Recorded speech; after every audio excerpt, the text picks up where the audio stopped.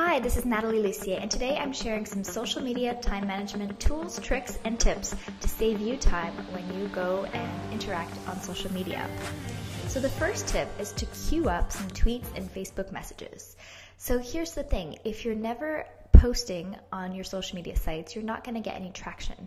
So by queuing up some tweets and Facebook messages ahead of time, even if you're not online, even if you forget to log into your account, then at least you're actually being active and you're actually sharing good content.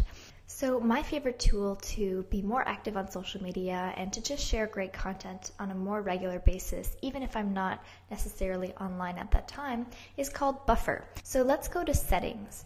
And what we can do under settings is we can actually choose how often we want things to be posted to our Facebook and our Twitter accounts. And so right now I have it going around 9, 4 o'clock, and 7 p.m.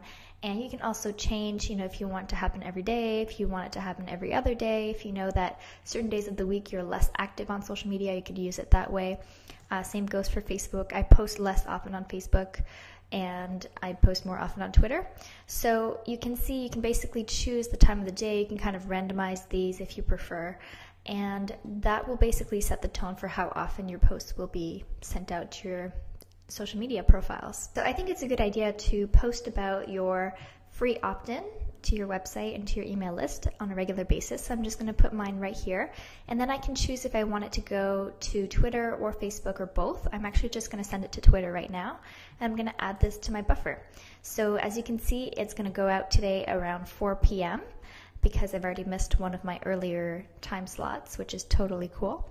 And then the other cool thing that Buffer has is it has a little add-on for your browser. So if I'm ever on another website, so for example, I'd like to share this Carol Roth article because I think it's awesome. It's about smoothing out the financial ups and downs of entrepreneurship. And I'm actually just going to click this little Buffer icon here. What that's going to do is it's going to allow me to change the tweet if I want to change it. So I might just remove some of this stuff here. And so now that's going to be a new tweet. I can choose whether I want to go to Facebook and Twitter. I think I'm just going to go for Twitter again, and then I'm going to go and add this to my buffer. So now I can basically just go browse around the web. Whenever I find something cool, I just click that buffer icon. It will ask me if I want to change the title or the tweet or the content of that post, and then it'll be sent out at the next available time slot. So as you can see, it's available here. It'll be out around 8 p.m. tonight. And I can basically just keep this buffer topped up, and I don't have to worry about finding new content or anything like that. And by the way, if you make a mistake, you can always come in here to your buffer, edit the tweet, post it now if it becomes important, or I can reorder things if I want to switch things up in the right order if something's more important. Okay, so we know that putting great content out is going to help you get some traction and get more people to pay attention to you on social media, except that you don't want to become just a robot. Obviously, social media is supposed to be social. So when you do log into social media, don't just scan and read what other people are posting, but make your time on social media count by interacting, replying, commenting, sharing, just being a very social person. That's exactly what social media was designed for. So when you do log in, even if it's just 10 minutes a day, make sure that you are not just absorbing everybody else's stuff, but make sure that you're actually interacting and be a human being. And this is not the time to just let kind of the buffer or the scheduled tweets be your only voice.